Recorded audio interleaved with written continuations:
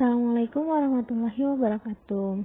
Minggu lalu kita sudah membahas tentang belah ketupat dan layang-layang. Nah, sekarang kita masuk ke materi baru, yaitu tentang jajar genjang dan trapesium.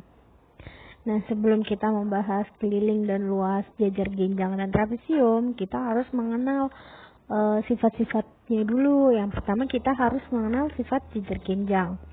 Nah, nama bangun datar di atas adalah jajar genjang A, B, C, D. Memiliki dua pasang sisi yang sama panjang, yaitu sisi AB sama dengan sisi DC dan sisi AD sama dengan sisi BC. Nah, kemudian memiliki besar sudut yang berhadapan itu sama besar dan memiliki dua sudut tumpul dan dua sudut lancip. Nah, sudut DAB itu sama dengan besar sudut DCB dan besar sudut ABC sama dengan sudut ADC. Nah, untuk sudut tumpul dan sudut lancipnya itu, sudut tumpulnya itu sudut ABC dan sudut ADC, sedangkan sudut lancipnya itu sudut DAB dan DCB. Nah, kemudian kedua diagonalnya saling membagi dua sama panjang dan berpotongan. Nah, diagonalnya itu apa aja? Diagonal AC berpotongan dengan diagonal BD.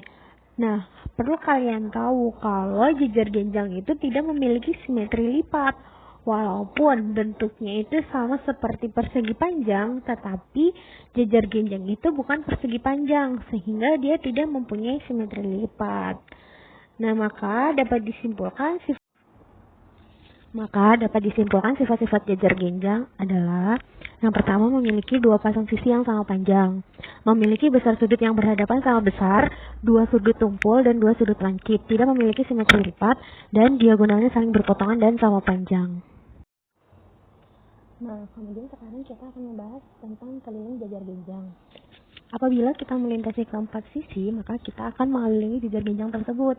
Dari ilustrasi tersebut, dapatkah kamu menyimpulkan apa yang dimaksud dengan keliling? Keliling adalah jumlah keseluruhan sisi yang dimiliki oleh suatu bangun datar. Setelah kita mengetahui definisi dari keliling, maka kita harus perhatikan gambar berikut. A dan B adalah sisi dari jajar genjang, maka rumus keliling dari jajar genjang adalah penjumlahan seluruh sisi pada bangun datar tersebut. Jadi A ditambah B ditambah A ditambah B, karena A itu memiliki sisi sejajar yang berhadapan dengan A dan B memiliki sisi sejajar yang sejajar dengan sisi hadapannya. Tuh, jadi keliling jajar genjang adalah penjumlahan semua sisi yang dimiliki oleh jajar genjang. Nah, sekarang kita membahas tentang luas jajar genjang. Nah, pada kertas berpetak, gambarlah sebuah jajar genjang yang terdapat pada gambar di bawah. Kemudian, buat garis diagonal yang membagi jajar genjang tersebut menjadi dua buah segitiga, seperti gambar di bawah ini. Nah, dari gambar tersebut terlihat bahwa luas jajar genjang itu sama dengan luas kedua buah segitiga, karena dalam jajar genjang itu terdapat dua buah segitiga, yaitu segitiga yang pertama dan segitiga yang kedua. Maka luas jajar genjang itu luas pertama ditambah luas kedua. Nah, luas pertamanya itu kan bentuknya segitiga dan luas kedua juga bentuknya segitiga, sehingga luas pertama itu ditambah dengan luas kedua, yaitu setengah dikali alas dikali tinggi, ditambah setengah dikali alas dikali tinggi, karena kedua buah luas tersebut adalah luas segitiga. Nah, kemudian setengahnya kita faktorkan, setengah ditambah setengah itu 1, sehingga tinggal alas dikali tinggi. Jadi alas dikali tinggi kali 1, sehingga luas jajar genjangnya itu alas dikali tinggi. Nah, jika alas adalah A dan tinggi adalah T, maka rumus luas jajar genjang adalah A dikali T atau alas dikali tinggi. Nah, ini contoh soalnya. Talita sedang membuat prakarya dari kertas karton berbentuk jajar genjang dengan sisi 75 cm dan sisi yang satunya 55 cm. Pada kertas karton tersebut ditempelkan manik-manik dengan jarak 5 cm. Banyaknya manik-manik yang dibutuhkan Talita. Nah, karena manik-manik tersebut dipasang di sekeliling jejer genjang, maka kita harus mencari kelilingnya terlebih dahulu. Nah, rumus kalian yang tadi kan kita sudah mencari, yaitu penjumlahan dari semua sisi. Sehingga 75 ditambah 55 ditambah 75 ditambah 55, yaitu 260 cm. Nah, kelilingnya udah kita dapatkan 260 cm. Sedangkan di setiap manik-manik itu mempunyai jarak 5 cm. Sehingga 260 dibagi 5, yaitu 52. Jadi, Talita itu membutuhkan 52 manik-manik. Nah, sekarang contoh yang kedua. Hitunglah keliling jejer genjang dengan A itu 8 dan B itu 13 cm. Nah, sama seperti yang tadi, karena rumus keliling jejer genjang itu penjumlahan semua sisi yang ada pada jejer genjang, maka kelilingnya itu bisa menggunakan 2 dikali A plus B. Sehingga 2 dikali 8 ditambah 13 sama dengan 2 dikali 21 sama dengan 42. Jadi keliling jejer genjangnya adalah 42. Sekarang kita masuk ke sifat-sifat trapesium. Nah, trapesium ini ada banyak macam-macamnya. Ada trapesium sama kaki, ada trapesium siku-siku, dan ada trapesium sembarang. Nah, pada gambar di bawah ini adalah trapesium sama kaki. Nah, nama bangun datar di atas adalah trapesium sama kaki A, B, C, D. Mana sih yang disebut kaki? Kaki trapesium itu A, D, dan BC. Nah, itu yang dinamakan kaki trapesium. Karena kaki-kaki trapesium itu sama, sehingga dinamakan trapesium sama kaki. Tuh, memiliki sepasang sisi sejajar, tetapi tidak sama panjang. Jadi dia itu mempunyai sisi-sisi yang sejajar, tapi nggak sama panjang, yaitu sisi AB sama dengan sisi BC. Oh maaf, AB sejajar dengan CD. Tapi dia tidak sama panjang, dia hanya sejajar. Kemudian memiliki 2 sudut lancip dan 2 sudut tumpul. Nah, sudut tumpulnya itu sudut BAD sama dengan sudut CBA. Nah, itu adalah sudut tumpulnya. Dan sudut lancipnya itu ADC dan BCD. Nah, mempunyai 2 diagonal yang sama panjang, yaitu diagonal BD sama dengan diagonal AC. Nah, untuk trapesium sama kaki itu hanya memiliki 1 simetri lipat, yaitu AD bertemu dengan BC, tetapi tidak untuk semua jenis trapesium. Jadi, cuman trapesium sama kaki aja yang mempunyai simetri lipat, yang lainnya itu tidak mempunyai simetri lipat. Trapesium sembarang dan trapesium siku-siku tidak mempunyai simetri lipat. Kemudian dapat disimpulkan sifat-sifat trapesium adalah yang pertama, memiliki sepasang sisi sejajar, tetapi tidak sama panjang. Mempunyai 2 sudut lancip dan 2 sudut tumpul. Memiliki 1 simetri lipat, tetapi hanya untuk trapesium sama kaki, bukan untuk jenis trapesium lainnya. Mempunyai 2 diagonal yang sama panjang. Nah, sekarang kita masuk ke keliling trapesium. Sebenarnya, kalau keliling itu di setiap bangun datar itu sama, yaitu penjumlahan sisi-sisi yang ada dalam bangun datar tersebut. Jadi, tergantung bangun datar tersebut memiliki sisi, ada berapa sisinya, sehingga kita dapat menjumlahkan semua sisinya itu. Itu yang dimaksud dengan keliling. Misalkan trapesium sama kaki ABCD. Berdasarkan pengertian trapesium, maka rumus keliling trapesium adalah AB ditambah BC, ditambah CD, dan ditambah DA. Nah, semua itu adalah sisi-sisi dari trapesium. Nah, untuk trapesium sembarang dan trapesium siku-siku juga sama, dia dijumlahkan semua sisi-sisinya. Jadi, rumus keliling bangun datar itu rata-rata emang hampir semuanya penjumlahan. Semuanya itu penjumlahan dari sisi-sisi bangun datar tersebut. Tetapi tergantung sisinya itu ada berapa di setiap bangun datar. Gitu. Nah, sekarang kita akan mencari rumus luas trapesium.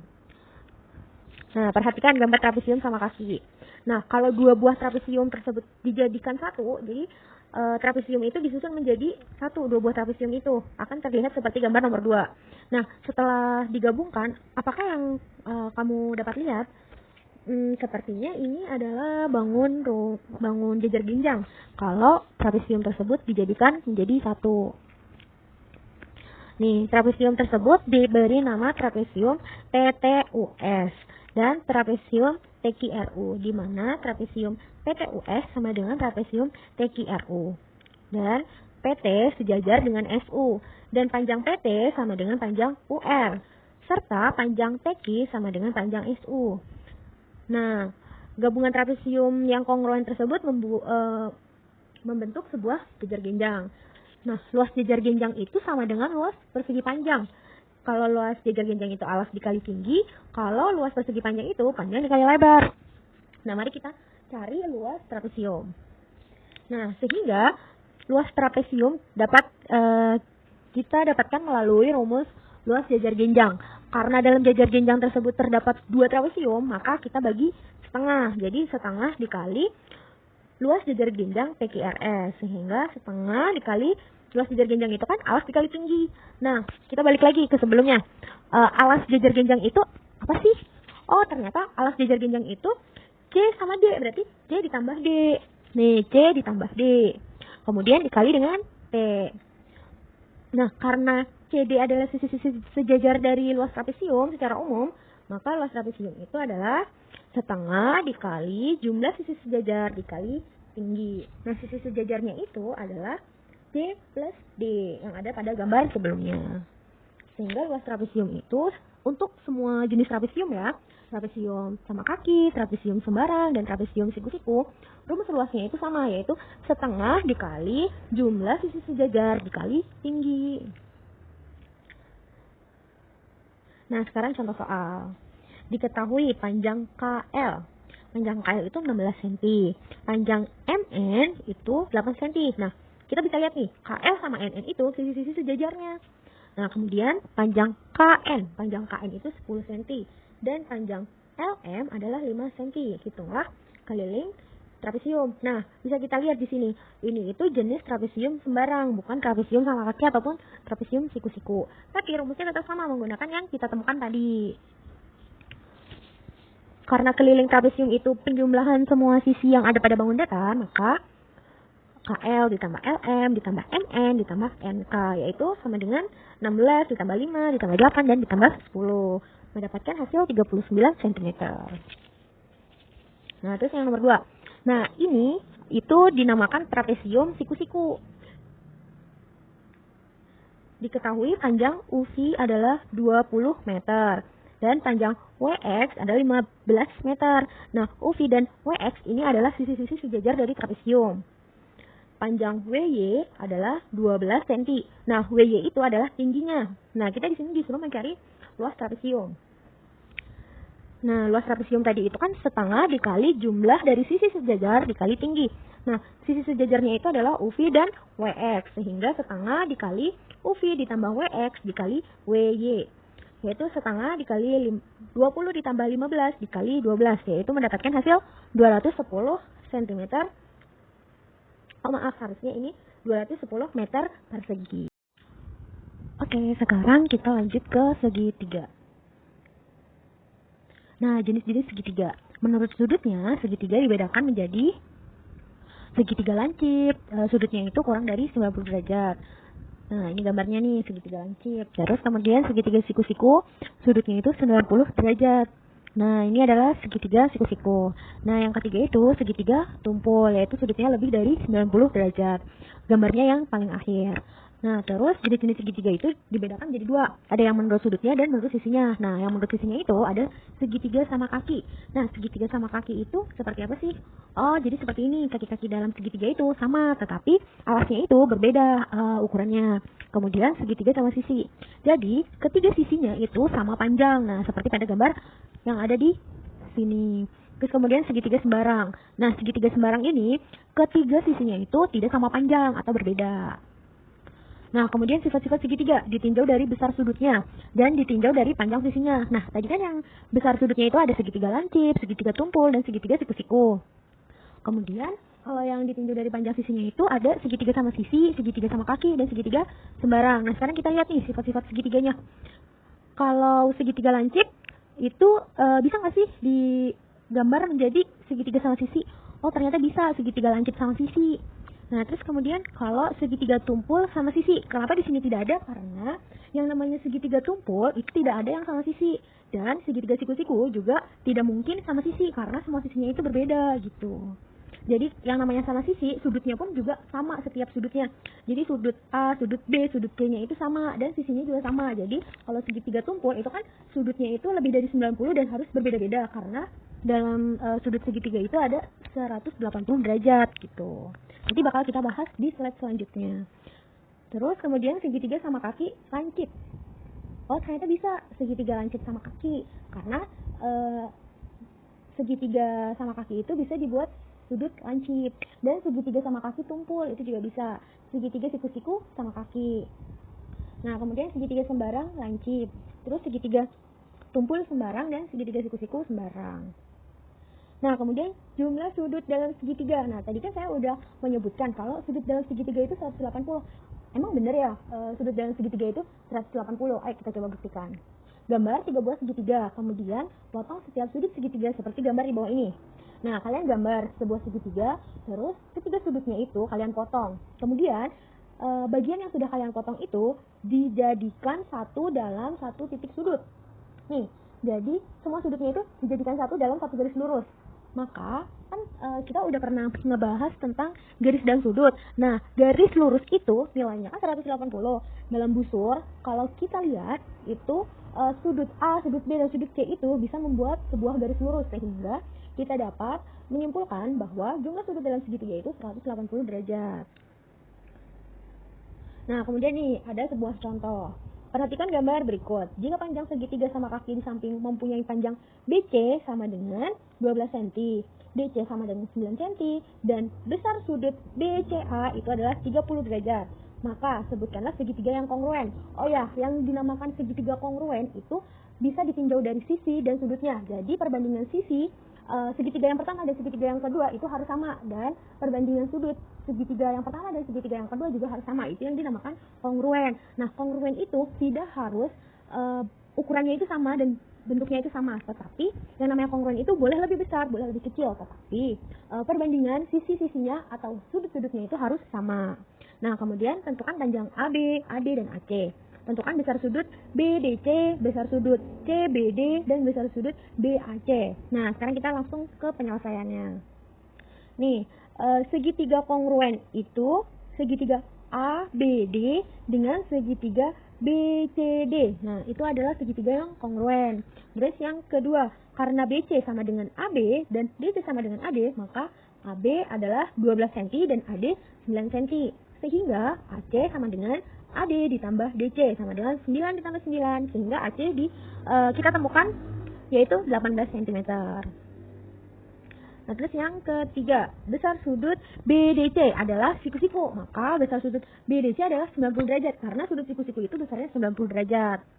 Nah, kemudian kita mencari besar sudut CBD, yaitu karena dalam segitiga itu ada besar sudut dalam segitiga itu kan 180 derajat, maka 180 dikurang besar sudut BCD ditambah besar sudut BDC, sehingga 180 dikurang 30 derajat ditambah 90 derajat, sehingga besar sudut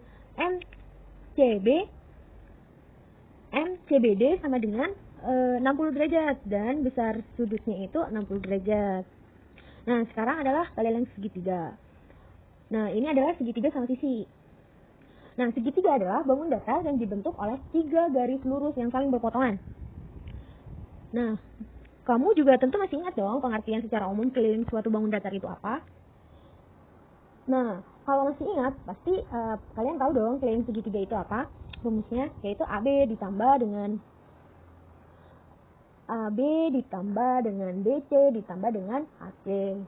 Nah, kemudian luas segitiga. Menemukan luas segitiga menggunakan persegi panjang. Ayo kita lihat pada gambar. Nah, di sini ada sebuah persegi panjang. Nah, rumus persegi panjang itu kan panjang dikali lebar.